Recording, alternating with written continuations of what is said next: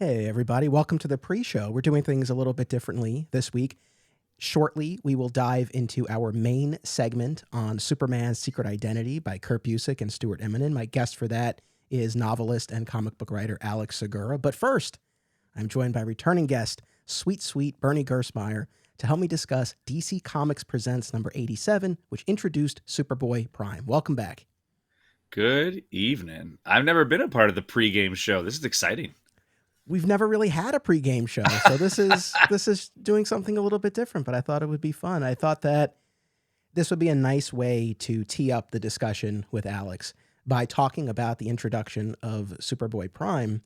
And you and I were just talking off mic. Neither of us, despite our lengthy tenures as Superman fans, neither of us had ever read DC Comics Presents number 87, which came out in 1985. By Elliot S, Maggin, and Curt Swan. So this was a first for both of us. Yeah, I think I've had this book in my collection for probably 20 years. Like I found it, and I was like, "Oh, it's a sought after book. It's not a valuable book, but it's not a easy one to find anymore." But yeah, I was so excited, and it was exciting to bring it out and see it's in really good condition. So I think I need to take care of it. Yeah, I know, that was so cool. I know you held it up before we started. So I was just reading the digital version, so I don't have it physically, but that's cool that you do. And yeah, it was really kind of fascinating to finally read it, especially in conjunction with Superman Secret Identity. So before we fully dive in, the pre-game show, let me just share, because we're recording this shortly before this will drop, so this is pretty timely. So I just guested on Always Hold On to Smallville, hosted by Zach Moore, and we covered Doomsday, the season 8 finale. And yeah, I heard it was a long one. Yeah, Zach was like, "This is the longest one I've ever recorded." And I was like, I don't know if I should be proud, embarrassed, but we had a lot to say. So for any Smallville fans who are listening to this, I highly encourage you to check out Always Hold On to Smallville generally, and especially this Doomsday episode. For 14 years, Bernie, 14 years, this finale has haunted me. And finally, I got to say everything I needed to say, and Zach and I were very much on the same page, very much on the same wavelength, and we had a very thorough discussion, and it proved to be quite cathartic. So I can't recommend it enough. I hope everyone will check it out. When does that come out? It's out, baby. Oh, it just came out. Good. Okay. Yeah, that's available, so anyone who wants to check that out. And actually, while we're on the subject of guest appearances on other podcasts, let me do a quick rundown, because I have recorded and booked for a number of other guest spots on other shows. And let me give the rundown now so people can keep an ear out for all of those. So I did an episode of Spider-Man Book Club hosted by JJ Hodges. We talked about a portion of the J. Michael Straczynski run on Amazing. So that will be coming out a little bit down the line. Another one still to come with JJ for one of his other shows, For Comics Junkies. We talked about Superman versus the Elite, that animated movie that adapted Action 775. Have you rewatched it recently? Because it held up great. I haven't recently. Does it rewatch well? Because I saw it when it first came out. I watched it on, I guess, with Blu-ray or DVD, but I haven't seen it in a long time. Yes, it held up great. I had only watched it when it first came out, and so this was a great opportunity, a reason to revisit it, and it was great. So nice. I hope people keep an eye out for that. I also just recorded an episode of the And Why Not podcast. They're doing like a Summer of Superman thing, and we talked about Superman Returns. So appropriate, since you and I did a whole 2-hour extravaganza on Superman Returns. So it was nice, quite some time later to now go back and revisit it and talk about it again. So that's coming down the line as well. Nice. And my buddy Tyler Patrick, who hosts the Krypton Report podcast, he's been on here a bunch of times. I did an episode of his show that will come out a little bit later, where we watched and discussed the 1990 Flash TV pilot, which I had never seen. Oh, that's fun, actually. It was really fun. It was a lot of fun. I'm glad I watched it, and we had a really good talk about it. But yeah, it was a great, again, just it provided a great reason and motivation and opportunity to finally watch this thing. Yeah. So that's coming up for the Krypton Report. And then finally, I will be on the Night of the Batman podcast a little bit down the line. We'll be talking about Batman Adventures number 25, which was a Superman-Batman team-up issue. So I appreciate all these invitations. It's been a very full dance card, but I appreciate it. And it's always great to connect with fellow podcasters, fellow Superman fans of other characters. And I hope people will keep an eye out for those. Awesome. That sounds cool. All right, one more bit of business, Bernie, and then I promise we will talk about Superboy-Prime's debut. So, I was interviewed, among many others, for Voices from Krypton. So this is the forthcoming oral history of Superman written by Ed Gross, who's been on the show before. We talked about whatever happened to the Man of Tomorrow at the beginning of this year. And man, it's kind of trippy because on one of the pages, I'm quoted right underneath Brandon Routh. And it's nuts. So it was so cool. I was so honored to be included in that. It's a massive volume. I mean, the number of interviews he conducted with Superman actors, directors, writers, comics creators, fellow fans and podcasters. He was quite thorough, and again, honored to be included in that. And so that's coming out on June 6th, and you can pre-order that on Amazon or wherever books are sold. Nice. And I've posted this on social media, but I want to mention it on the show proper here that I am going to be giving away a free copy of this book to one of our lucky audience members. And all you have to do to enter for a chance to win this free copy is leave a review on Apple Podcasts of Digging for Kryptonite, another exciting episode in the Adventures of Superman, and or Summoning the Zords, and you'll be entered in a chance to win. I'll do the drawing sometime after Memorial Day before the book actually comes out. So if you've already left a review, I very much appreciate it, and you'll be included as well. It's not just new ones, but I'm really trying to hopefully spur some people to take that step and leave a review. It's funny because like over the years, a lot of times I've kind of framed it and thought about it in terms of the reviews help in terms of the algorithm and the show getting recommended. And it may or may not. I honestly don't know. I think that's always been kind of a moving target in that sense. But I do know when I'm thinking about listening to a new show, I will go and look at the reviews. So if you enjoy this show and you want to help kind of, make it attractive to other potential new listeners, that's a great, quick, free, easy way to do it. And I would very much appreciate it. And it enters you in a chance to win this book. So again, thank you to everyone who already has. And for those who haven't, I hope you will do so. And stay tuned for the drawing of the winner of Voices from Krypton. All right. DC Comics presents. So again, you had never read this before. Obviously, you've read, because I know you followed Infinite Crisis and subsequent stories that featured Superboy-Prime, but this was the first time actually reading the origin. Yeah. And I mean, I've read through Crisis on Infinite Earths. I know the history of all that, but then there's a number of stories from the Justice League America and the other DC books at the time that went through, like we have DC Comics Presents, we got Superman books. They all had that Crisis crossover, which was so cool. But I just never gotten a chance to read this one. And again, when I was reading then, I didn't have this book in my collection. And it was one of those like holes in the database. Like, oh, I found it. Awesome. And I put it in there and I was happy and I loved the cover and all was good, but I never read it. It's funny because I wonder how many other fellow fans who followed the journey of Superboy-Prime, especially starting with his return in Infinite Crisis and his villainous turn and all of that, how many similarly have never read that debut issue? I imagine it's probably quite a bunch. Well, and there's a lot of things in here that I didn't understand.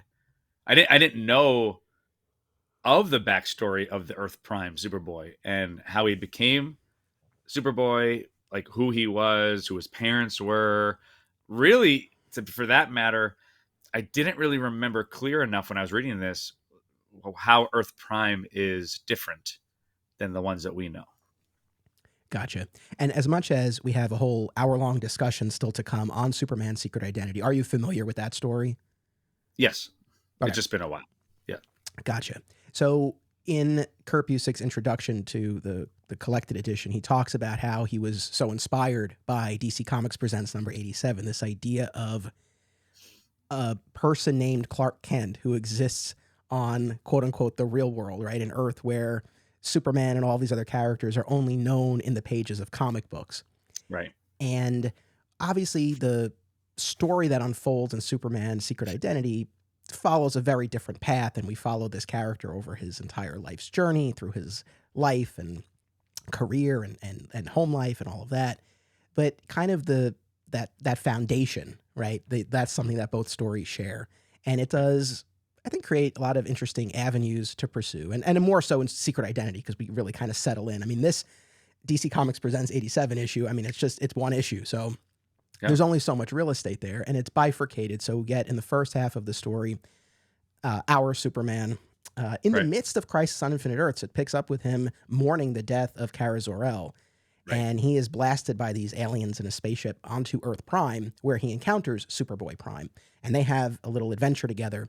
And then the second half of the issue shows us the origin of Superboy-Prime. So there's a lot of Right. ground that's covered in a very, very short amount of space.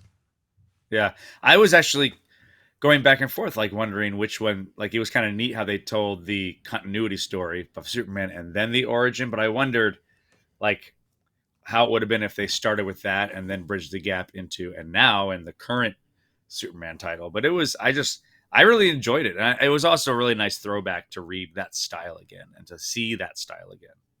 For sure. It was also, for people who are kind of dialed into what we're doing on the podcast and what we're going to be doing on the podcast, a nice precursor of things to come, because I've already announced our big Red Skies event where we'll be looking at all the Crisis level events, and you will be joining me for Crisis on Infinite Earths. So we will be looking at the next major instance where this character appeared. So I'm glad we read it, and I'm glad we're talking about it now. I think that will lend itself well to the conversation we're going to have, a month from now or so.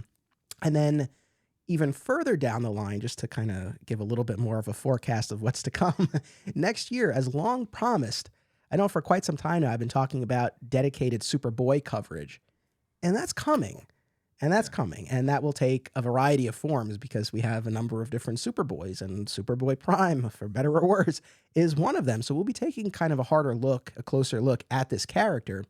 But as a starting point, this was great to just kind of finally get this background on where this character came from. Because even for me, like, I know we'll talk about this more when we get to Crisis, but I suspect you have more of an attachment to and more of a familiarity with Crisis on Infinite Earths. I've only read it a couple of times in my reading career, and I've never had the level of attachment to it that I've had to Infinite Crisis, for example. So even in reading Crisis and meeting Superboy-Prime, it never really, again, had as much of an impact on me.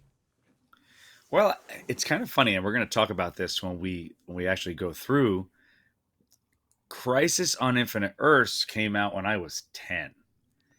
So I didn't really know much about it until, like, you always knew as a fan in the 90s, there are those maxi series, those big, like, event things that happen in the DC universe. And I always knew about it. I remember going with my brother to a comic book show in New Jersey and Wayne, and I was like, oh my gosh, I found Crisis number 12. I found also one with the Flash dying. Oh, look, the Supergirl cover. And I was super excited about that. But I hadn't read the original Crisis until actually I read Infinite Crisis. So that was the first time I went back and actually read all of Crisis on Infinite Earths. And I'm excited to read it again, because I will tell you, I did not enjoy the last time I read it.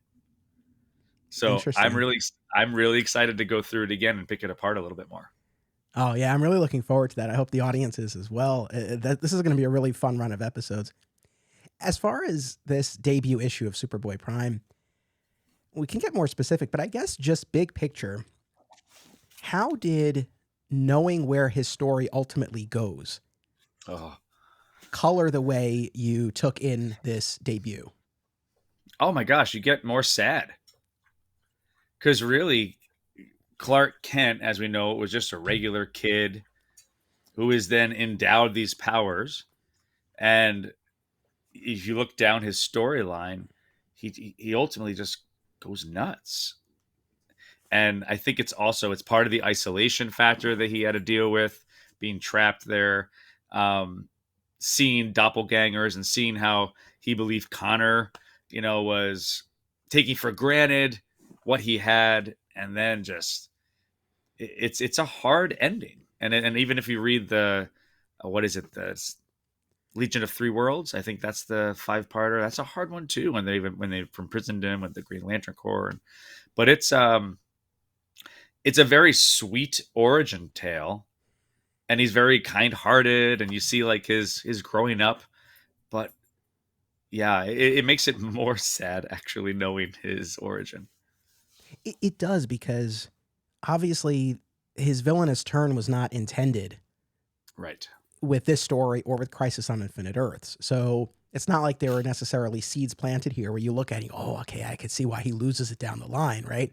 He's just a good kid, right? Who discovers he has these powers. But yeah, it was fascinating to view this in contrast to what he ultimately becomes, as well as to the Superman secret identity story, which again really is its own thing, but was inspired by this and by this idea. And we talk about this more later in the episode, but in Secret Identity, we're never really given a hard, definitive answer on how that Clark Kent has his powers, but he's not Kryptonian like Superboy-Prime is. It's just one of the closest we get is this theory that there were meteor strikes and that imbued him with these powers.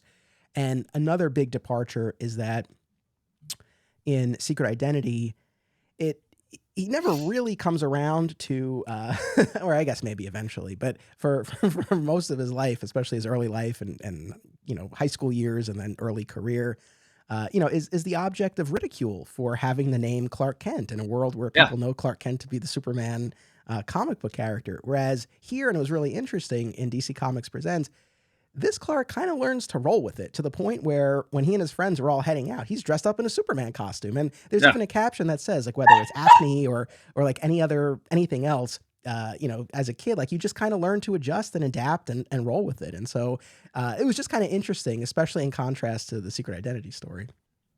As we were pregnant with our second, before we knew it was going to be a girl, we had batted around names, and Clark Kent Gerstmayr came up, and my wife was like, Bernie, we can't do that to a kid.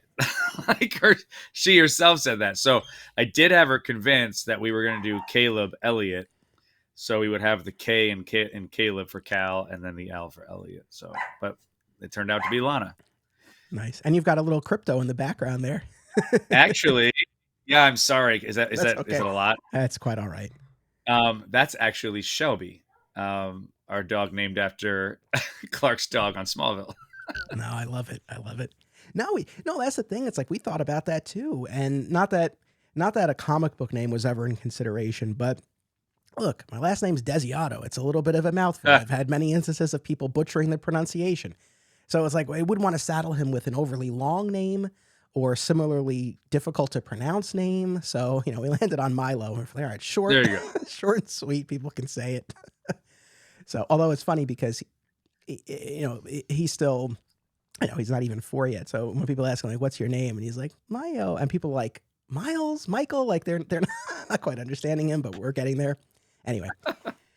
But so it was just kind of interesting. Those were two big areas where, it certainly diverged from what Busiek and Immonen did in that other story. But I guess one of the things that I get, because, it's funny, I was thinking about this because I'm sure in stories either during or after the Infinite Crisis period, I'm sure we got flashbacks to his Earth and we got more stuff filled in. It's just been a long time, so I didn't remember. But the fact that we open on Krypton and we learn he is Kryptonian, again, I guess I knew that, but it wasn't top of mind. So as I was reading this, I was like, oh, okay. So in this version of the story, which is kind of odd, so it's like, I don't know how this really tracks. Oh, wait, help me sort this out here. So on Earth Prime, there was a Krypton that exploded, and this boy was sent to Earth and adopted by the Kent family. But also in this world, there are comic book stories of a Superman who was sent to Earth from Krypton. Right. Yeah. All right. So, also, if he's Kryptonian, doesn't the whole yellow sun thing still apply? And like, why wouldn't he have powers? I guess that's what I was confused by, and as I was reading this, I don't know. That's the thing, because like there's this whole bit about right before his powers kick in and he takes off.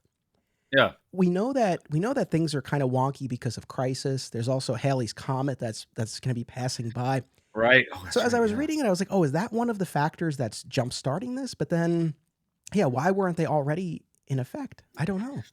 Well, and if they didn't do the origin story in the second part of the book that says, yes, he is definitely Kryptonian, it could have just been a fluke. They could have made Superman coming to Earth Prime somehow, because they could have just made it whatever they wanted to make it, Anthony, but they then made it where like, no, he is Kryptonian. They like doubled down. It's like, but wouldn't that mean?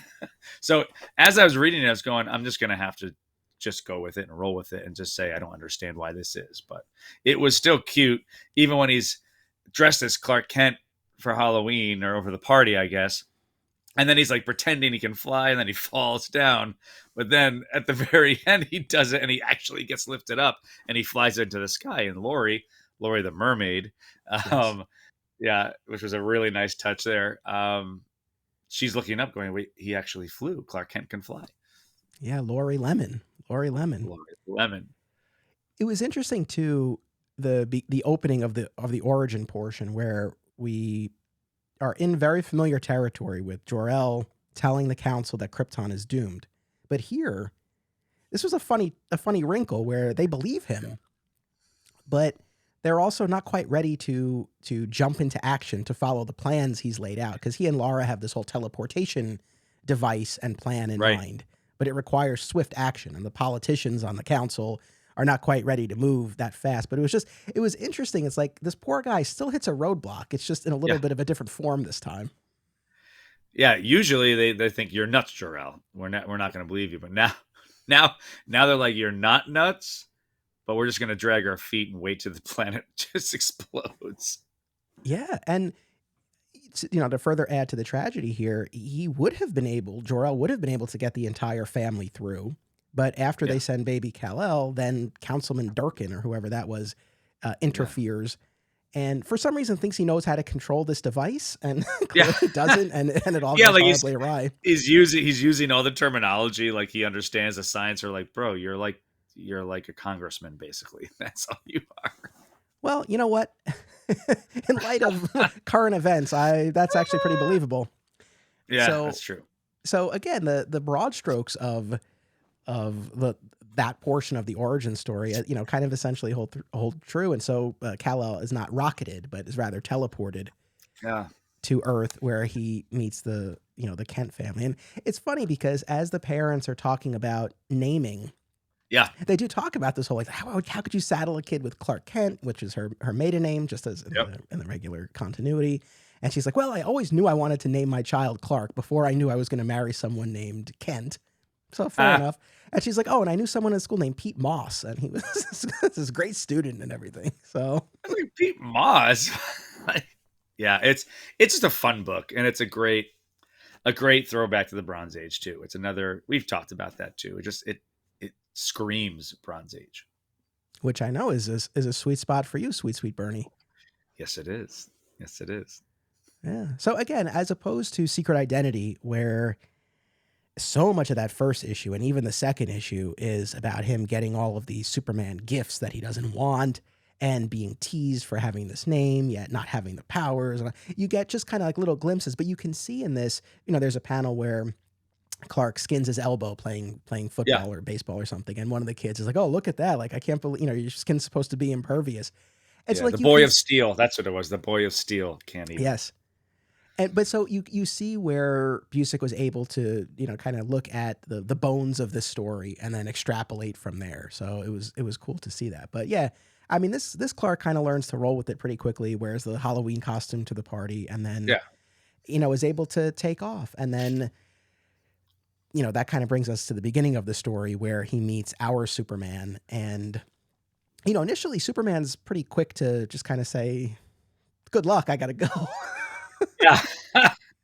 Which is kind of weird too. You'd think he'd want to help out this kid that clearly doesn't know how to use his powers. He's flying upside down next to him. So it's like, you'd think he'd stay. He's like, no, I got a bolt. Ugh, now I got to deal with this kid. That was the tone that kind of came off. Yeah, for sure. And he had, and again, you might know this far better than I, but Superman knew this Earth. He knew Earth Prime. He knew that he was only a fictional character here. So I don't know. Do you remember, had there been stories where he goes to Earth Prime before? I'm sure there are. I can't remember off the top of my head. Yeah. Are you okay? Are you dragging a little bit? I got a lag all of a sudden. Oh, no. I mean, everything's looking okay on my end. So. Oh, good. Okay. We'll just Mine roll didn't. with it. So all right. Yeah, off the top of my head, I'll have to do a deep dive after this, but I can't remember any issues where he does visit Earth Prime. But I'm sure somebody out there is be like, no, Bernie, you dummy. Yeah, of course he did. But yeah, no, don't call Bernie a dummy, but let us know. As I get further into this upcoming crisis event, I'm sure I'll find my answer. But yeah, off the top of my head, Yeah. I don't know either. But yeah, the world is familiar to our Superman, and ultimately he's unable to get back to his Earth, so he sticks around and helps Superboy-Prime deal with a tidal wave. Superboy-Prime sees alien ships and is quick to assume that they are invaders, and Superman sets them straight. He's like, no, they're tourists. Like, they come here, they're able to alter their appearance. They blend in. They buy was it golf clubs and like photocopy machines or something? Yeah, it's weird. Yes. But then Superboy does ultimately find other aliens who are up to nefarious purposes. They're going to transfer nuclear weapons to their home planet for this intergalactic conflict. And Superboy initially gets captured. Superman helps, and they're able to overthrow them. But there is this brief moment where, after Superboy is freed, he's like, "All right, let's get out of here." And Superman's like, "Hey, I know you haven't sworn to do this yet, but basically this is your planet to protect." So again, a brief moment, but it sets up this idea that he'll use the powers in the same way as Superman, in theory. Yeah. I'd be curious to talk to someone. I've got maybe you know somebody too, that was maybe like early 20s or 25 when they first read this book or this era. And then to fast forward to Infinite Crisis and to see like that arc, because I mean the Superboy of the Bronze Age and even through this story is just very kind-hearted and sweet and kind of innocent in a way. And then to see that change happen, I'd be so curious to hear from somebody whether they were frustrated like at the end of his arc. That is a great question. I also wonder, because again, this was just one issue. Like, clearly it made a huge impact on Kurt Busiek. It inspired this later story, Right. which, again, it's crazy how Superman's Secret Identity came out in 2004. It's like right before Infinite Crisis. Yeah. So he was really ahead of the game there. But I also would be curious for fans generally, did people have an attachment to this character? Did people have a strong memory of this character?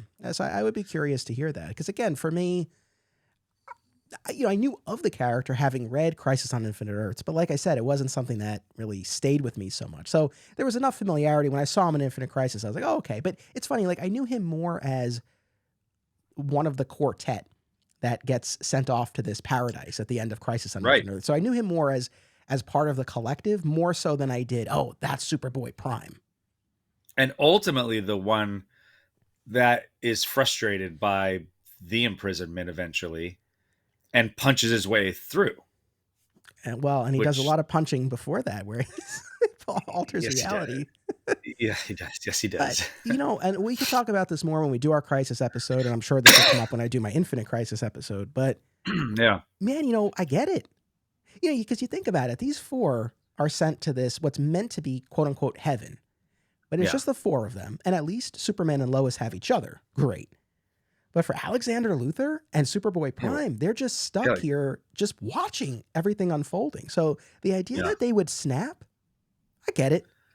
Yeah, I agree. And time didn't move. Nobody aged. That's why Lois was okay. I mean, but yeah, I hate to say this, but I don't blame the kid. Like, no, I listen, I agree. So anyway, we'll talk more about that. And then the last thing I suppose is at the end of this story, and I guess this was a little bit of a surprise too. I didn't know what angle they would take, but Superman and Superboy just fly back to his house and just reveal that he has these powers. And then Superman's like, I need him for this conflict. And they're off. Yeah. It's like, you're now a superhero. Let's go. Yeah. Which once again, just to tie this back to the larger main thrust of our episode here, a massive point of distinction between this and Secret Identity, where in that story, really literally the only person he tells explicitly that he has these powers is Lois. Even his own children, he ultimately allows them to learn by leaving his manuscript out on the table, but it's not something that he sits down and has a conversation with them about. So again, a lot of distinctions and not surprisingly, but it was just kind of fascinating to look at these two stories hand in hand. And then after the Superman and Superboy fly off, Superboy's like sucked through a portal. Yeah, he's pulled away and, for his story to continue in Crisis. But Yeah. Yeah, man, at long last, we got this piece of backstory that I guess we had Yeah. only ever. I mean, you own the issue, and I've seen the Yep. issue on the app and elsewhere, but it's like, now we actually were able to fill in that little gap. And I'm sure, like I consider myself a heavy collector, but not to the point where, I mean, this is almost a 40-year-old book. I'm obviously very careful. But I read the book, I held it carefully, I put it on the table. The pages are white, pristine still. Like it's probably a 9.6, but I was going through really carefully. The colors are gorgeous, but there was that awesome like mid 80s newspaper smell. Do you know what I mean? Oh, I Like know. it just man, like it's like, oh, it's just like it felt like I was reading history in a sense. It was really, really cool. And not to poop on anybody that likes to reading digitally. I know that we do that, but there's something sometimes lost in there. But I had to be super careful to make sure I was reading it and also not damaging it and hurting the collectible itself. Oh man, I think about that all the time. My wife and I were actually just talking about that recently because I was like, there are certain things that I don't own physically, and Right. I like reading digitally, and space is an issue, so it totally makes sense. And even something like this, it pops on the screen and is really Yeah. crisp and colorful, and it's all great. But yeah, there is something to be said for that tangible aspect, the smell. We all know Yeah. that smell, so. No, I can identify with that. But I will say it read great on the app. So it is on the app. And it was Nice. also collected in that Superboy 75-year celebration hardcover. Right. Yes. I now that I've actually read it, I'll probably get it graded. I probably will slab this one. It's in great condition. It's just such a cool cover, and I love the DC Comics Present line in general. And I have no idea offhand what this tends to go for on eBay or anything like that. This But isn't. It's not. It's about a $30 book right now. oh, It's not super high, but again, sometimes you slab books also just to keep them special and saved, and that nothing happens to them. gotcha. Last question for you / the audience. If nothing comes to mind, that's totally fine. But I put this out here for the audience as well. So my memory and my knowledge of Superboy-Prime certainly, really kicks in with Infinite Crisis and his role in the Sinestro Corps War and Legion of Three Worlds, which you had referenced. Beyond that, offhand, I'm hard pressed to think of specific instances where I know he had a big role. Blackest Night, maybe, but I really don't remember specifically. Are there things that come to your mind? Nothing past that, actually. No, I think he kind of goes off the map once Sinestro Corps War is done. All right. So, audience, I will pose that question to you. If there are other Superboy-Prime stories you recommend I check out, especially keeping in mind where we're going on this podcast, because there will be at least an episode on Superboy-Prime and his overall journey. But this is just kind of the beginning point in that. So, Bernie, thank you very much for joining me for this pre-show here. Yeah, man, that was fun. All right. Thank And you. now our main episode of Digging for Kryptonite. 30 years ago, I stood in front of a comic shop advertising the death of Superman in its window display. That moment outside Heroes World set me on a path, a lifelong fan journey leading directly from that tattered red cape to this podcast. Now, together, we mine Superman's vast 85-year mythology by examining, discovering, and reconsidering the stories that have shaped the last son of Krypton. Welcome to Digging for Kryptonite, a Superman fan journey. I'm your host, Anthony Desiato. Joining me to discuss Superman Secret Identity by Kurt Busiek and Stuart Immonen is award-winning novelist and comic book writer Alex Segura. Welcome to the show. Thanks so much for having me. This is going to be a lot of fun. I've been looking forward to it. Yeah, I'm so happy to connect with you. We met, I think it was back when you were working at Archie, so it was going Yeah. back a few years, and we've had a few social media interactions over the years, but this is the first sustained conversation that you and I will have. Yeah, no, I mean, I'm excited to chat about this book, which we were just chatting about in the pre-show, but it's a fun story, and yeah, it's great to have like a lengthier conversation. I feel like we always see each other in passing. Yes, no, this will be great. I appreciate you taking the time. And as much as I said this off mic, let me say it on the record as well. I just want to congratulate you on your award-winning novel, Secret Identity. Oh, awesome! Thank you. Yeah, it's been a great ride. The response has been so good, and it's ironic too that we're talking about a book called Secret Identity. It's the one Secret Identity interview that is not my book. So and Kurt Busiek was actually super helpful he was a reader. He read the book before it was published. He read like a late galley, and he gave me some great notes and advice. Like there's so many pros that gave feedback on the novel that I'm really grateful to. And I thanked a lot of them in my LA Times acceptance speech, like just creators that worked in comics in the 70s and could kind of give me details that I wouldn't understand having not been born in the 70s. But Kurt in particular gave some really great insights, and I really value his time. So That's awesome. Now, I'm sure you've given the elevator pitch for your novel probably about a billion times at this point. But I'm happy to do it. If you don't mind, and especially for the Digging for Kryptonite audience, I mean, this is an audience of comic book fans, of Superman fans, and I suspect that the setting in particular will be of interest to them.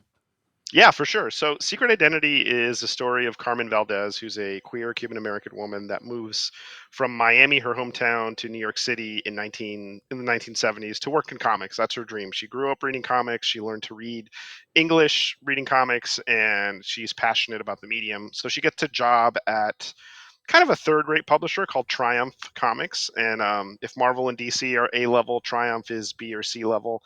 And she's the secretary to the publisher, this kind of blowhard type character called Jeffrey Carlisle. But she sees it as a stepping stone to writing, and so she pitches him scripts and ideas, and eventually he says, "Look, I don't have time for this anymore. I don't. I have friends I have to keep paid. I have to other ideas for you, so please stop pitching me stories." And so Carmen, despondent, like returns to her home, her apartment, and is just kind of wondering what to do next when a colleague named Harvey, who's an associate editor at the company, tells her that Carlisle has given him an assignment to launch a new female superhero in the Triumph superhero universe. But he knows she's a fan, and he knows that she's passionate. He knows that she's been pitching stories. So he wants to work with her. And Harvey's like her only friend at the job. Like they're like the cigarette buddies. They go and have a smoke together. They're not like best pals, but they have some bond. And so she sees like her dream right in front of her to write comics. The only hitch is she has to do it anonymously. So they work on the character over the weekend. They come up with this character called the Legendary Lynx, which is a street level kind of Daredevil, Spider-Woman type hero.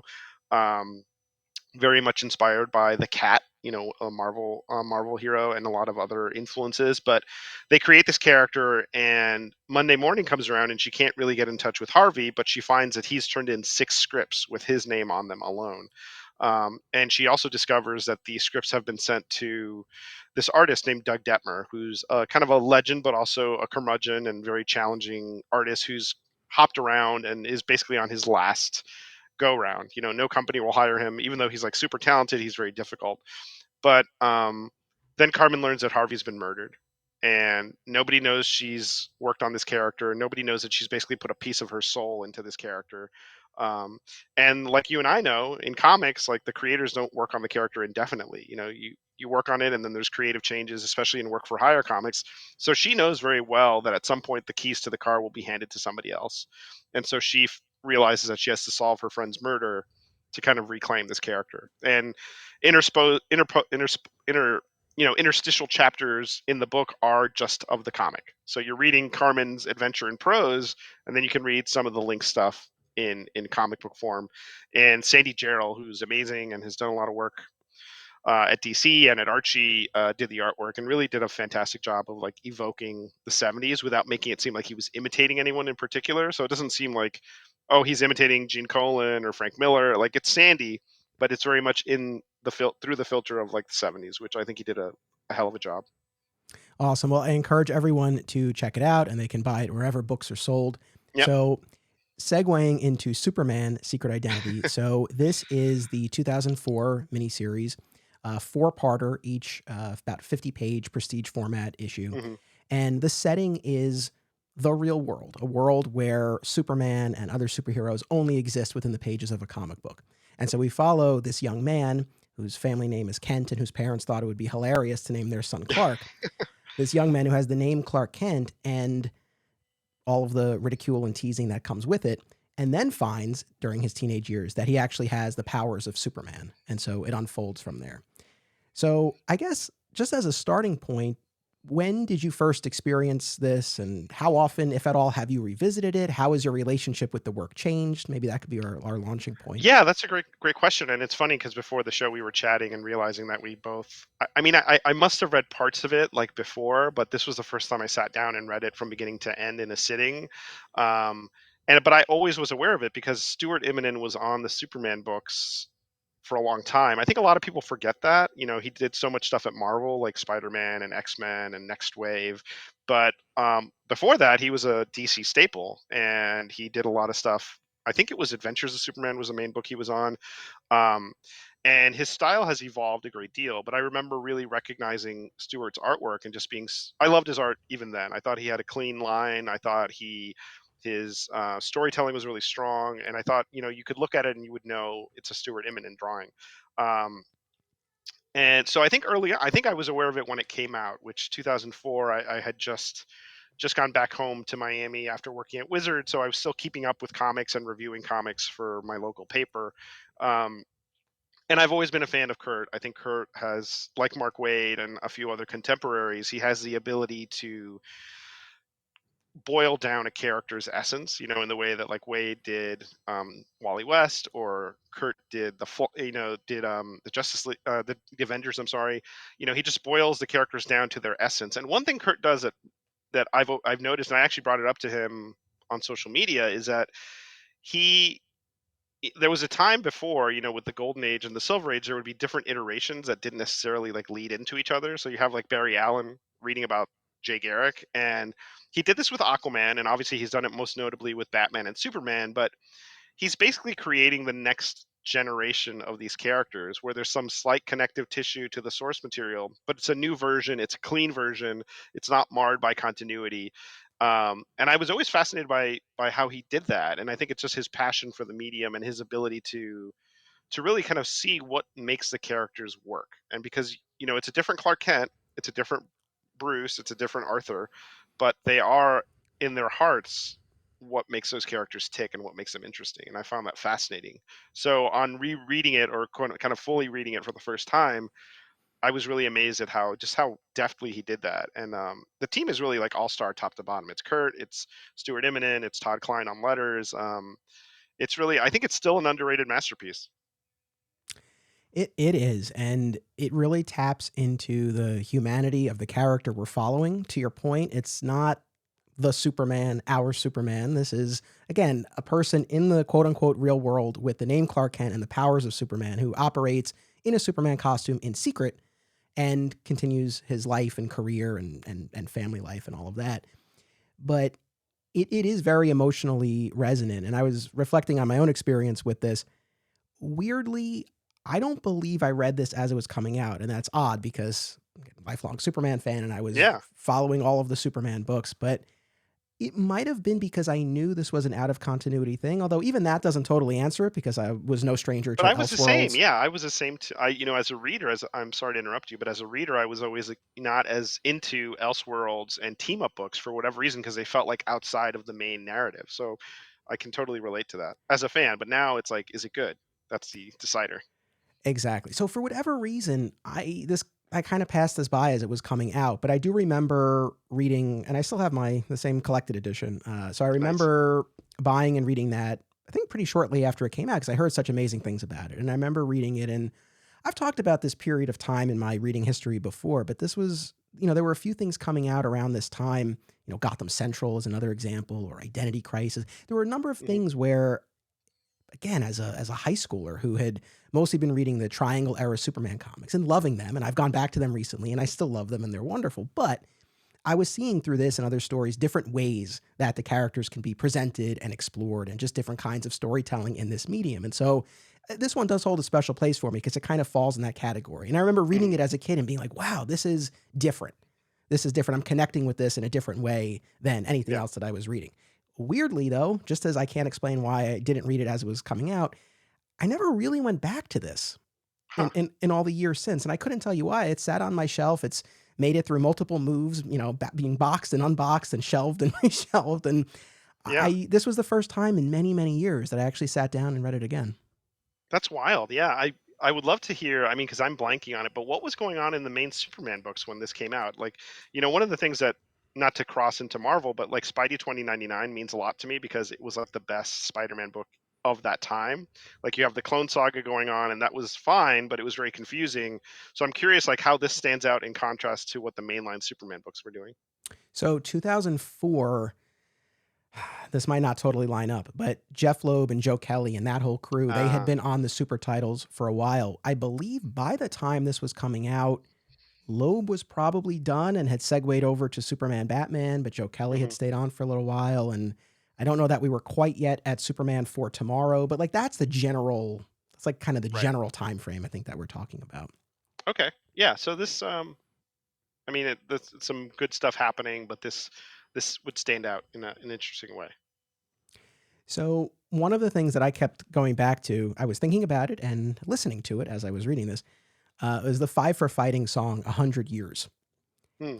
And Five for Fighting, we have a little bit of a connection here because the title of this podcast is Digging for Kryptonite, which of course Right. comes from the Superman song. And which song of theirs is more iconic, Superman or 100 Years? I think they, maybe a little bit of a toss up between the two of them. But 100 Years is this beautiful song, and I'm sure everyone has heard it, whether, you could think of it instantly or not. But Mhm. telling the story of a life and sort of checking in at various ages along the way, 15 and 22 and 33 and 46 and 67. And it's a really beautiful song. And it's one of those songs that you get something different out of it, I think, every time you go back and listen to it. And I started listening to that as a teenager. So, 15 Mhm. and 22, like that's kind of what I was thinking of. And now it's a little disconcerting now because I'm at the point in the song, I'm past 33, and the next age in the You're song wiser is, now.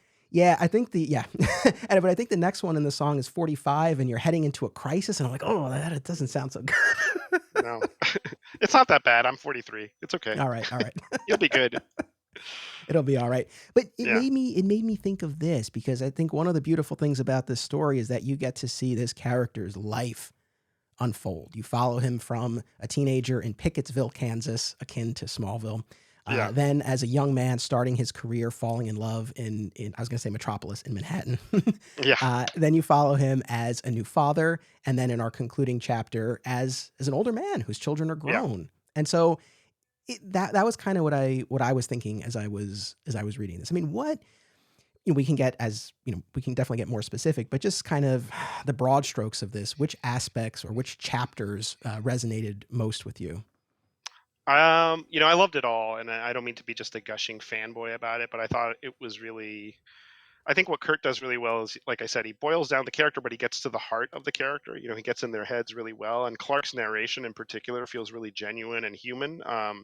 I really gravitated towards the second chapter. Like, I found the first chapter interesting. I think through the filter of like Smallville and stuff like that, it's still unique, but it felt, it didn't feel as different, because we've kind of lived in that space before. But I love the stuff about him falling in love with, and without spoiling anything, I think you can figure out who he falls in love with. But It's okay. We can also, spoil. It's been out for yeah, 20 I mean, years. It's all yeah, right. falling in love with Lois, but also his, working in the big city. I think I find that really relatable. Like, just as someone who moved to New York, and that's kind of where my career started, and met my wife and things like that. And so I found that really well crafted and human. And I think what I love about the book is that it's just based on character, and it kind of plays with familiarity, like things you assume that are going to happen. Like Kurt tweaks them in a way that makes them more interesting, which kind of keeps bringing me back to that idea that it's almost like this would have been like a relaunch of Superman if we still had those eras where like there were gaps of time, and you didn't have to have like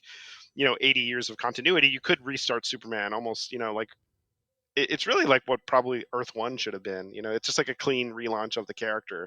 Um, no offense to anyone that worked on those books, but it's more. I'm fascinated by how Kurt makes his writing choices, because I think he does a great job of finding interesting ways to play with the tropes and the elements of the character. But in terms of resonance, chapter 2 was the one that spoke to me the most, and I think across the board, this may be the best art of Stewart's DC time. Like, I think he really like reached the peak here before, and I think this may have been the last thing he did for DC before he moved on to maybe Shock Rockets, which was Shock Rockets around the same time, or was it before?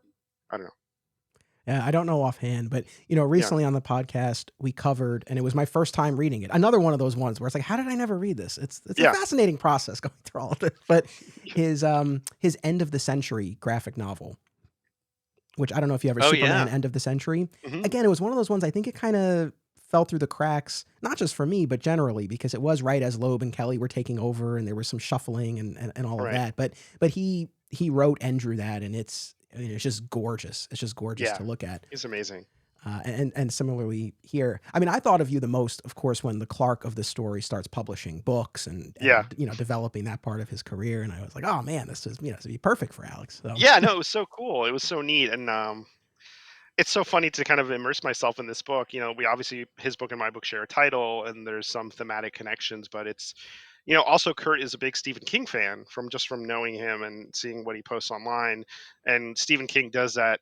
It's not really a trope, but a lot of his characters are writers because it's interesting to, the curiosity is there, and they make for great protagonists. But I saw a little bit of that while reading too. That was interesting.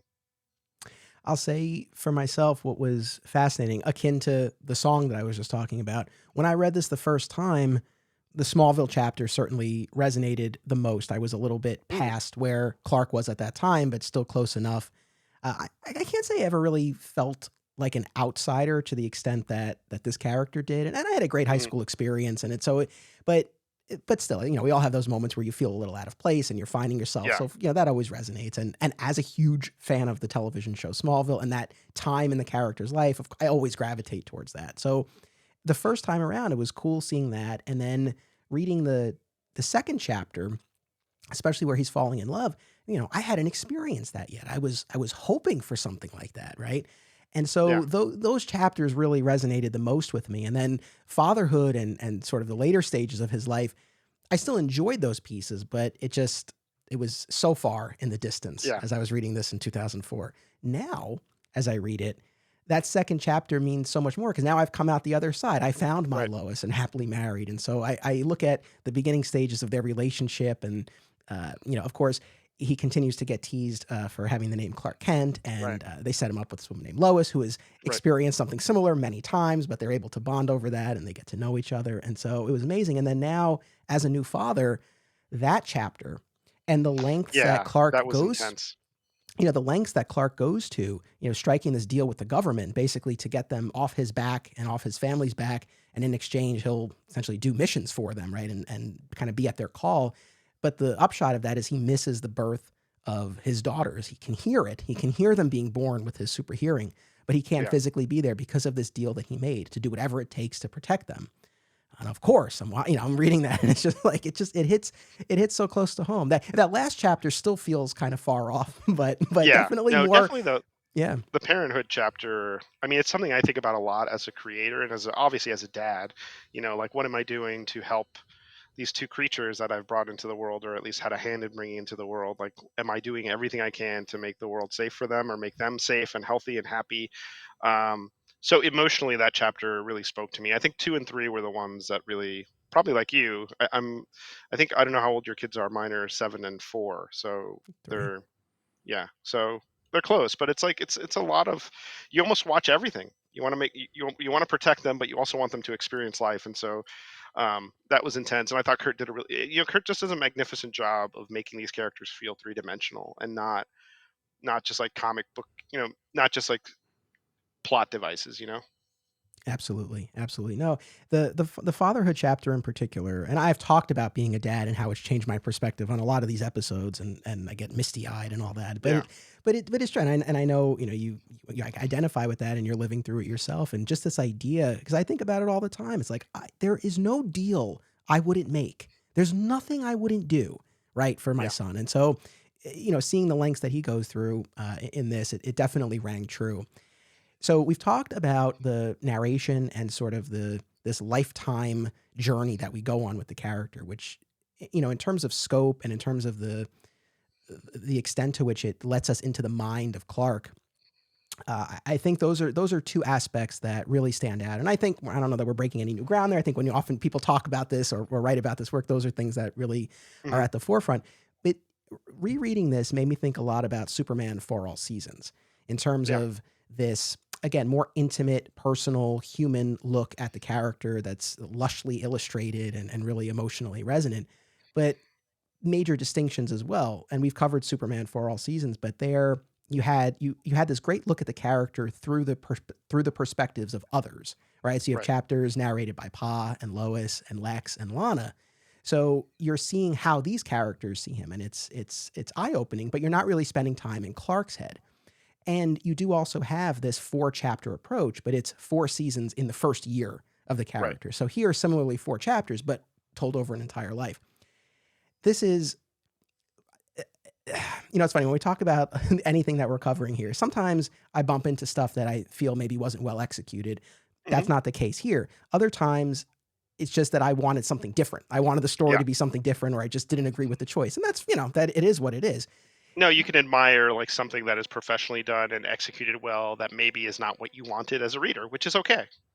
And so I think and it took me a while to figure out what my problem was as I was rereading this, because there was like a little something. I was like, what is it? And it finally came to me. Yeah, what is it? I'm about curious. For all seasons, I guess, and maybe I'm splitting hairs and it's really not that much of a distinction and I shouldn't think about it too much, but I guess I would have, in my heart, preferred a Superman Secret Identity story that wasn't this other version of Clark, but if it had just been the Clark Kent, the Superman that we know, sort of like a spiritual companion or spiritual sequel to For All Seasons, where we're in, the real Clark's mind and following his story. Because this whole idea of looking at the entirety of his life is really fascinating.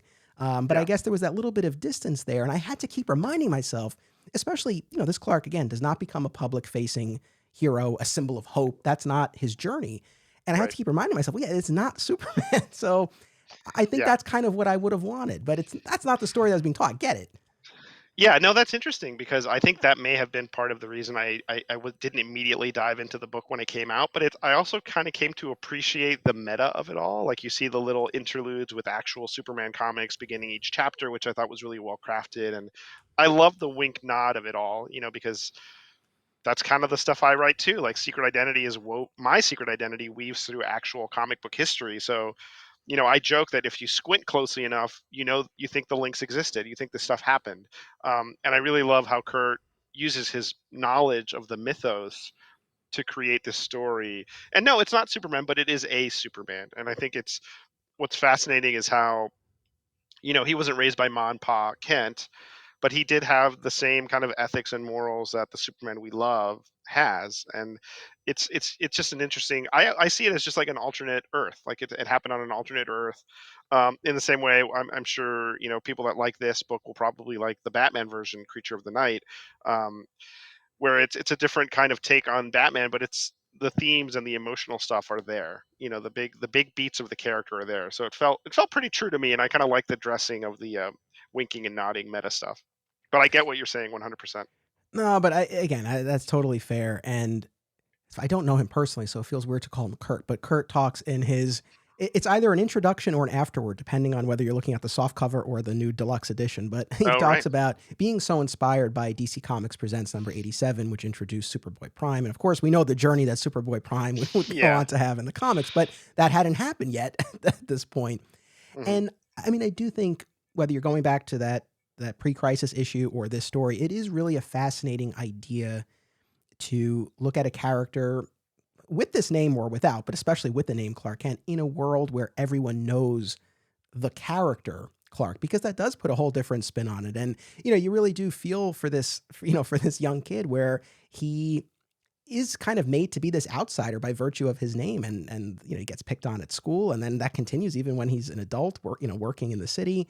But, he doesn't have initially, he doesn't have the powers. He doesn't have that escape. He doesn't have the friend group. That was heartbreaking when he talks about it. It's like, it's not that I want the powers, but it's I want the Pete Ross and the Lana Lang. Like, he's in that tough spot. And it's so, and the other thing too, is I think a lot of times when we look at these superhero stories, especially the tellings of the origin, sometimes like, you kind of wonder like, oh, why didn't the character do this or do that? And you have to remind yourself, well, this is a world where it's not such an automatic, right? Because it doesn't exist. But here it opens up this whole other avenue. Well, if you have these powers, there is actually a template out there, for what you might potentially do. So it really is, it really is fascinating. And so I guess in my mind, Well, no, it's not the Superman. It is a Superman story, and really a Yeah. Superboy-Prime esque, take, and maybe that's more what I should keep Yeah. in mind. Pre-crisis, pre-Infinite Crisis Superboy-Prime.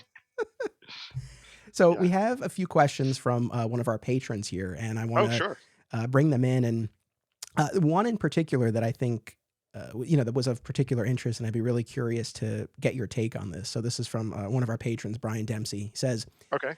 as Superman fans, I think we can all agree that it's not Clark's powers that make him who he is, but how he was raised.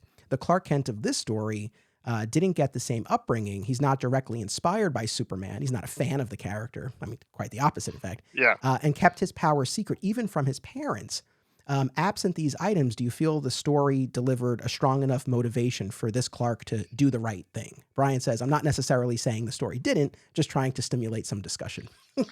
Yeah, I think it did. I think what was most interesting to me is that this Clark doesn't have the same linear origin. He doesn't have the mom, Pa Kent, but he obviously has that desire to do the right thing. He just does it in a different way. He does have a strong sense of right and wrong, and he uses that to kind of guide him. And I found that really fascinating.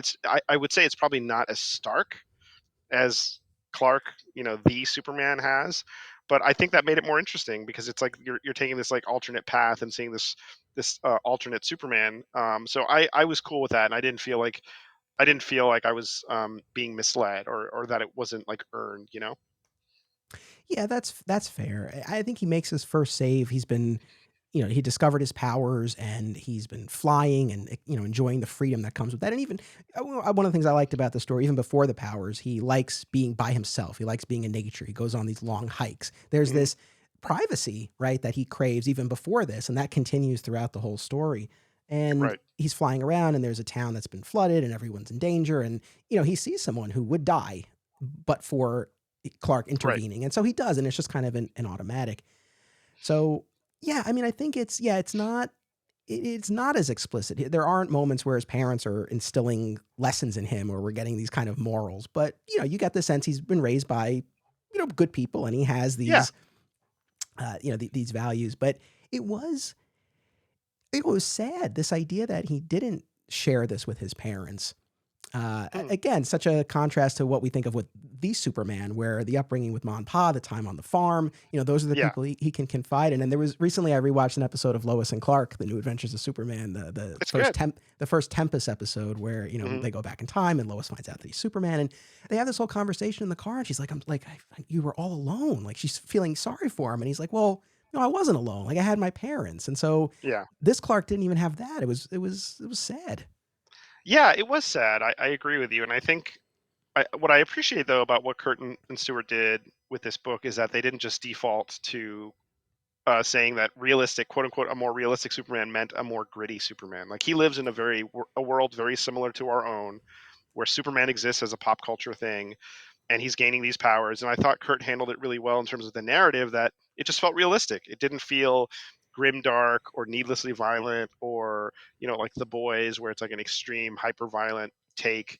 And I think a lot of people have tried to do that with Superman or versions of Superman, and I don't find it as compelling. I found this really compelling because it felt very lived in and real. And so the parent thing just felt like a choice. Like, the Superman from, I guess, the main Earth has a great relationship with his parents, and this Superman has a good one, but also not good enough to like entrust him with that. And it is kind of sad, but it also felt really real, because I think we all have different relationships with our parents. Some people have great relationships, some have mixed relationships, and this felt pretty genuine. That I don't disagree with that. The thing that was a little bit too hard for me to buy, although I had to come to terms with this in another area recently too, with Superman and Lois, the TV show. The idea that Clark doesn't tell his kids, his daughters. I mean, they're grown women, and eventually he leaves out his manuscript that he's written, his Right. journal essentially, and that's his way of letting them know. But there had never been this explicit conversation that I can do these things and I go out in secret in this costume. And that was one of the things I love the Superman and Lois show. I love it. But I remember watching the pilot, and as much as it blew me away and won me over, that was still one of the things where it's like, because I don't know. I mean, especially now having a kid, and just Yeah. even putting aside, should you tell them or not, the idea of living in the same house, it's like, Yeah. How would they not know? how Yeah. would they not know? Like, I know, oh, probably, Dad's just yeah, flying away. probably being a little nitpicky there. But that's one thing. It's just like I can't imagine even just the practicalities of that. Yeah. Yeah. I mean, it's also like, Spider-Man would have to tell his daughter that he's Spider-Man because he's like sneaking out the window every couple hours. Yeah. But to your point, I do think this is incredibly realistic. And that actually points to one of Brian's other questions. And I'll Mhm. toss this to you first. If you discovered you had Superman's powers, what is the first thing you would do? Who would you tell? Who wouldn't you tell? And why? Who would I tell? I would tell my wife and kind of figure out like, what does this mean? Like, and, and why? Yeah, I probably wouldn't tell my friends right away. I would probably follow a similar trajectory to the Clark in this story, except I'm married and have a partner. So because it could affect you in so many ways, affect your children, affect your livelihood, affect your safety. And then I would probably do good deeds or superheroic acts if I could, but I would do them under the cover of a secret Superman, probably similar to this story. That's maybe that's why it resonated, because it felt so real and lived in, like something that a real person would do, as opposed to like, let me put on this superhero costume and fly around and like take all the acclaim. Like I would be fine just doing the good deeds and not necessarily reaping the credits from it. I know. I think that's ultimately where I land too. And it's one of those things where, although it's funny, I was thinking about this last night. I'm like, you probably do a podcast about having powers, but, but, no, I mean, it's like, I, I, yeah, I would tell my wife, I would tell my parents, and Yeah. that would probably be it, at least for now. I'd tell my son when he got older, but Yeah, I tell my kids when they got older and didn't like repeat everything they heard. yes. I recently got my son Hungry Hungry Hippos, and he's been telling Oh, everyone he nice. sees that he has it. So it's like, yeah, you gotta be careful. Yeah, reel it back in. Yeah, reel it back in. But yeah, I mean, I can't like yourself. I would want to help, and I think I would. I don't think I could be a lifelong Superman fan and have read all of these stories and not have the takeaway that you would want to use these for Yeah, I good. mean, yeah. Yeah, I mean, it's the core, I think, of all the best superheroes in different ways. Like with Superman, it's just he has this upbringing that has instilled in him these beliefs in doing the right thing and being welcoming to all people and helpful to all people. Spider-Man, it's responsibility. Batman, it's kind of like the weight of guilt, but also the need to do the right thing. It's what makes these heroes resonate for us. It's like our modern mythology. But to your point, and I agree, I would do it in secret. And it's one of these Hmm. things where we all recognize the division in the world, regardless of where you fall, what you believe, this division. And there's a part of me that looks at these Superman stories and looks at where we are and recognizes if there were a way to show people, to unite people, that would be a beautiful thing. But I think there have just been too many instances where I think we could probably predict what would happen and how people would react I and feel like it how would be so politicized so quickly. Like it would be depressing. Like so, yeah, I agree with yeah. you.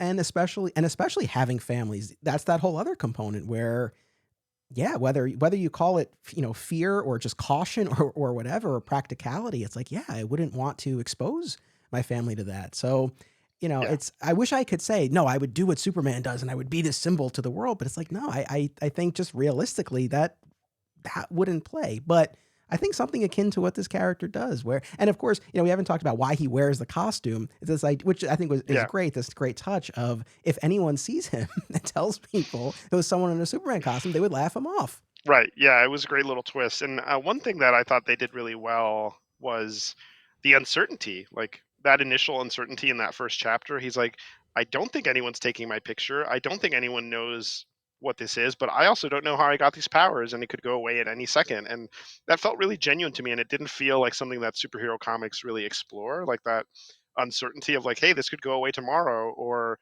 I don't have all the answers. Like usually with superhero stories, like the characters are just established. Like you get the origin, and then you kind of zoom past the origin, and then they go into the serialized kind of episodic stuff. But this felt really, I don't know. I keep saying lived in and real, but I loved it. And with Superman in particular, regardless of when in his journey and how he learns of his origins, he does. He Yeah. does ultimately get these answers, whereas this Clark doesn't really. At most, he gets this, this theory about these meteor strikes that hit when he Mhm. was an adolescent, and that's likely the cause of this. But he's not given any real definitive answers, and questions still remain. And as he gets older, the powers are fading, and there is kind of a lot of uncertainty there. Yeah, and I think what I mean, I cannot presume to know what the creative team was trying to do, but it felt very much like a metaphor for life. Like sometimes we just don't know. We just don't know, and we have to keep waking up in the morning and doing the next best thing, and we don't always know why things are this way. And I felt, it wouldn't work like in the main Superman book. Like you want to know where what his origins are. You want to know what happened or what made this character this way. But in an Elseworlds like this, you could be a little more esoteric, and I think it has a lot more emotional impact. For sure. We've talked about, really identifying with him becoming a father in the story.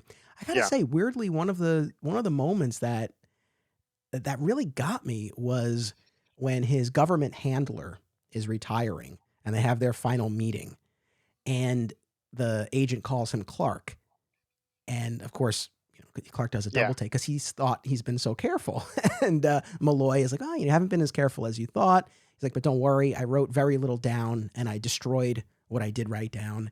And he's like, "I have kids too." And the thing that got me most of all, where he's like, "I really enjoyed your books. Like, I'm glad I could finally tell you that." And it was just such a nice moment. yeah. That was really, really intense. Yeah, I mean, I think it was done. Jam DeMatteis did a similar take. I don't know if you remember that in Amazing Spider-Man 400, where you realize later on that it's not Aunt May, but in that moment it is Aunt May, and she dies, and she reveals that she knew he was Spider-Man. And I remember as a kid just being like, it's a gut punch because it changes everything, changes his dynamic, and it just shows how much they care. In this situation, his handler cared enough to protect him, to risk his job to protect this person that he'd come to admire, which I thought was really heartfelt. Absolutely. So, and I remember that issue well. I got into Spider-Man with the Clone Saga, and so Oh yeah, I have a yeah, lot yeah. of affection for that time. But that's one issue that I think most people would agree holds up and is Oh a yeah, it wonderful still does. story. I mean, I was bummed that it was retcon, but I mean, now Aunt May's back, so it's fine. One more question from Brian. He said, "Of the 4 issues, which one stands out to you as the best?" And I think we've hit on that already. But he said, Hmm. if there was a 5th issue, what life point would you have liked to have seen represented? That's a good question. I think selfishly, I would have liked to have seen either an extension of 2 or 3. Those chapters of his relationship with Lois and just kind of coming into his own, and also I think maybe probably I'm leaning towards the parenting chapters, like learning more about just spending more time in that space because I thought that was really well executed. Same here. I mean, not surprisingly, that's what I gravitate toward Yeah, as well, because yeah, each in between each chapter there's a time jump, and it felt like there was a more significant one between 3 and 4, right? Because 3 yeah. ends with him holding the baby girls, and then the next time we pick up with them, they're grown women. Yeah, there's so much you miss there. I mean, kids are changing all the time. Like, I look at my son and I'm like, how did you get so long? Like, what happened? Like, I just brought you back from the hospital, like, and my daughter they just keep getting bigger. So I feel like you could stretch that out and you could have done 2 volumes about just the kids and parenthood. But I mean, we're biased. It's true. I think there's also something fitting about the fact that as we get deeper into the life, the time jumps increase as well. Hmm. Right? There's something that kind of felt fitting about that. But yeah, that's the one area where if there were to be a fifth fifth issue, that's where I Yeah, would have wanted to see more of this Clark as a father. I think that yeah, would have been cool. You mentioned again his government handler, and of course that calls to mind Dark Knight Returns and Superman's role in that story, working at the behest of the government. And we did a whole episode on Superman as a government stooge in that How did story. you how did you feel about it? And well, it's funny. I think as much as not to open up a whole can of worms, but as much Yeah, as yeah, people talk about Frank Miller's take on Superman and does he like the character or not? Does he get the character or not? Rereading Dark Knight Returns, I definitely had more empathy for Superman in that story. In that hmm, he not unlike what this Clark does. It's a sacrifice that he's making in order yeah, to get the government to stand down and let them live and allow him to still be able to save people, even if it's under the direction of someone else, and even if he can't operate as freely as he would like. To save some lives in that capacity is better than nothing. So yeah. I came to terms with that in a lot of ways. And this is certainly more compelling, right? He's doing it for his kids, and Mhm. that certainly resonates. But yeah, that was definitely one of the things I was thinking of reading this. Yeah, yeah, I would agree. I would agree that I don't think Miller hates the character. I think, not to get off on a tangent, but I think he kind of knows him particularly well, and that's his version of Superman. And yeah, having reread Dark Knight recently, I think that take feels a little more genuine than maybe at first blush. Yeah, I think so. And I also have to say, in the second chapter, as Clark is navigating this new relationship with Lois, I thought it was so effective how it played out in terms of him being the government getting the drop on him and Yeah, taking him to this lab, and just the going back to uncertainty there. There's so much he didn't know about what was going on, and he's seeing these dead bodies, including babies, and it was a yeah, it was horrifying, brutal. like just a horrifying sight. And I feel like the story did a great job of making you feel what he was feeling. Yeah. Yeah, and I think that was a great example of like a slow boil subplot. I think comics today are great, but the page count has gotten so tight that it's hard to really get like B level, B list, B plots and C plots going. But Kurt, because he's got all this real estate, 50 pages a chapter, he can kind of let things breathe. And so you have something that he plants in the first chapter pay off in chapter 2 or chapter 3 or chapter 4, and that feels really well, like it's impressive as a writer. Yeah, I have to say that was one aspect that throughout the 4 issues, or well, I mean, really from the beginning, but especially 2, 3, and 4, this relationship with the government, and Hmm. being taken and then being more careful in terms of all of these measures he takes to avoid being detected. And then to the point where, again, when the kids are coming and he realizes he needs to strike this deal, and his first attempt doesn't go well, they once again attack, and he has to get out of there. Right. But then he starts playing these pranks on them, essentially, right? Switching, nuclear arsenals from one ship to another, Yeah. slipping Superman comics into the general's debriefing packets, and Just to things kind like of that. show that he's there. Yeah, but it was a great angle, Yeah. and I enjoyed that aspect of it a lot. Maybe that because we've seen a relationship between a Clark and Lois play out in others, but this was something that felt maybe more distinct to this particular story, and I really liked that.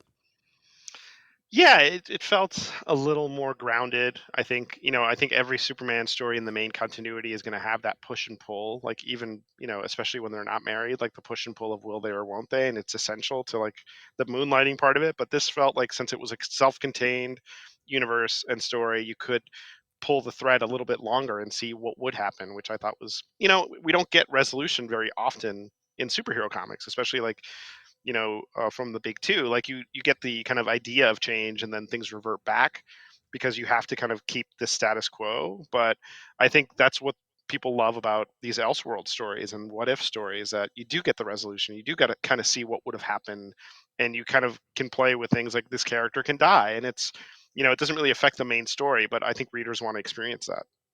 For sure. You had mentioned before Creature of the Night. So Hmm. Kurt's, again, spiritual companion to this, with John Paul, the late John Paul Leon. And Yeah.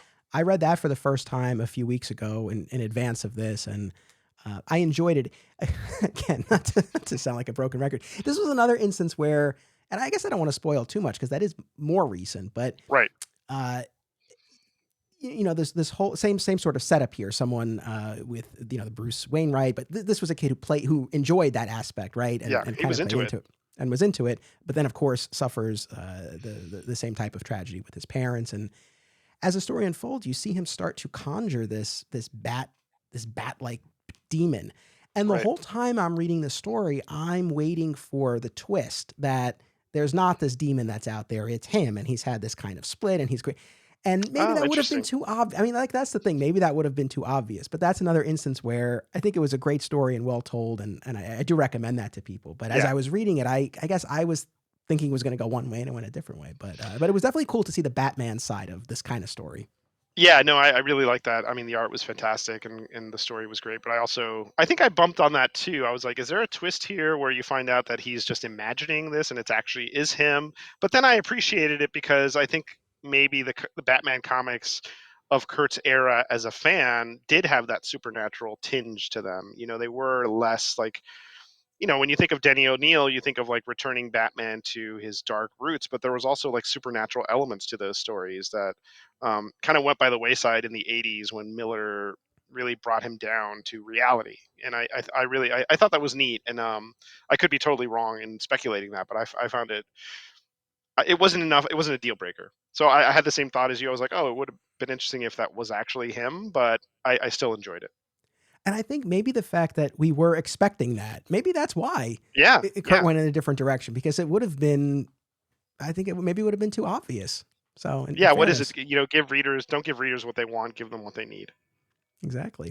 So even though Superman's secret identity, the Clark in this story, is not literally Superboy-Prime, but it's a Right. takeoff on that idea. And like you said, you were reading this now in its entirety for the first time in 2023, after we've had all of the developments that we've seen with Superboy-Prime in the comics and his villainous turn in Infinite Crisis and beyond. Did you have any of that in your head as you were reading this? I mean, I know it's such a different take that maybe it didn't seep in, but was there any part of you that's like, I don't know if I totally trust this guy or anything like that? I think it was actually refreshing because, I mean, I don't mind the Superboy-Prime villain turn in Infinite Crisis. I think it's a very smart. Like Jeff is very great at like story mining, like going back into comic book history and finding things that he can then reuse and tweak to benefit the modern story. So I wasn't opposed to that idea. I didn't have like an emotional connection to Superboy-Prime, but um, I did find this to be a kind of breath of fresh air to kind of see that this grounded, reality-based superhero Superman version doesn't have to go like grimdark, you know? Yes. Yeah, no, I agree. And I think that's a testament to this story. And it's just, it's so funny, especially reading that introduction, knowing how close we were to Superboy-Prime coming back, right? And Yeah, kind of, changing the whole game and everything. But yeah, it was uh, only a few years away. yeah, but Kurt was ahead of the curve with this. Yeah. Yeah, no, I mean, I keep saying it. He has this way of reimagining these characters that feels so tidy and smart. And, I loved his Aquaman run. I thought that was really a smart way of rebooting a character that was really kind of mired in continuity. It didn't resonate like in terms of sales, but I thought critically it was really good. And, our quibbles aside, Creature of the Night, I thought was one of the best Batman books I'd read in a long time. Not too long ago on the podcast, we covered Camelot Falls, the story Oh, that he yeah. did post Infinite Crisis with Carlos Pacheco. And I think that's another one that maybe didn't totally fly under the radar, but you don't hear it talked about a lot. Yeah. Although I know DC is putting out a deluxe edition hardcover of that, which is great and well Good. deserved. Yeah. And it held up really well. I really enjoyed reading and discussing that. So yeah, I mean, definitely a big fan. Big fan of his work for sure. Is there any Yeah. aspect of Secret Identity that we haven't talked about that you want to, or that we'd You be know, remiss if I we don't want, didn't? yeah, I think we'd be remiss if we didn't like spend just really celebrate the artwork. I feel like Stewart's art, I think it's easy on a critical analysis to get into the story mechanics and the characters, and but I think it would just be a completely different book if somebody else had drawn it. And I feel like he has such a feel for these characters. He's such an amazing storyteller. Like some of those splash pages I had to really like stop and stare at because they felt like something you could frame and put it up in a museum. Like, I'm blanking on who the colorist is. I think he colored it. I'm going to Oh double yeah, check right away. Yeah, okay, he colored. yeah, So other than yeah, the lettering, he did, which was, you mentioned Todd Klein earlier. He did everything. yeah. It's an amazing team. Like Todd Klein is a legendary letterer. You don't need me to say that, but yeah, I think Stewart's it's one of his best work of that era, and I would argue it's one of his best things ever. Obviously he continues to do great work now, but just really, really I can't imagine anyone else drawing it and having it be as successful as it was. And I still think it is an underrated classic. That's an interesting thing, because I feel like it pops up a fair amount on best of lists, but maybe Hmm. still not to the extent of some of the other heavy hitters. So Right. yeah, I mean, if there's anyone who hasn't, again, I imagine people listening to this podcast have probably read it at some point, but maybe not. So if not, I Yeah. would definitely recommend it. Or if, like myself, you haven't read it in a long time, I mean, maybe dig it out. I mean, I think it definitely, though I know this is not the point, but again, knowing what we know of the Superboy-Prime of it all, it's just kind of, Hmm. it's kind of an interesting, different take on that kind of story. So I think it's interesting in that sense, but just more so for Yeah. this And very it'll human, definitely emotional land. story. Yeah. I'm sorry to interrupt you. It'll definitely land differently when you read it. Like you read it when you were much younger, and now you're reading it as a dad. And I'd read bits and pieces when I was younger, and it just lands differently. It just has much more impact the older you get, and you kind of have more in your rear view to experience. Absolutely. So we talked about your novel. Is there anything else you would like to direct people to, particularly your comic book work?